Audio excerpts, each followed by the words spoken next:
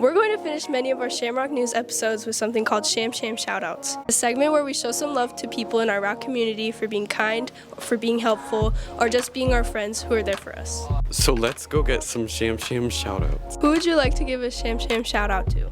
My name is Mr. Richmond, and I want to give a Shamrock shout out to Mr. Avalon and the 8th grade Avid students for running the supply carts. They did an awesome job.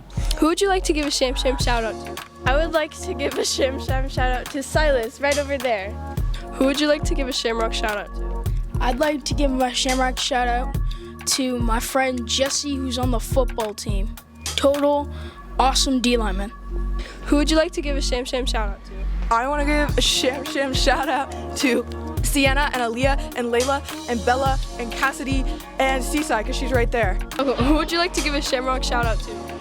I want to give a Shamrock shout out to Mr. Kavanaugh because he's the best teacher. Even though I don't got him no more, it's sad.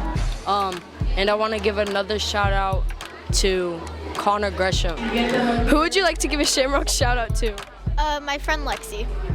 Okay. Who would you like to give a Shamrock shout out to? This guy because he's a golden retriever. Okay.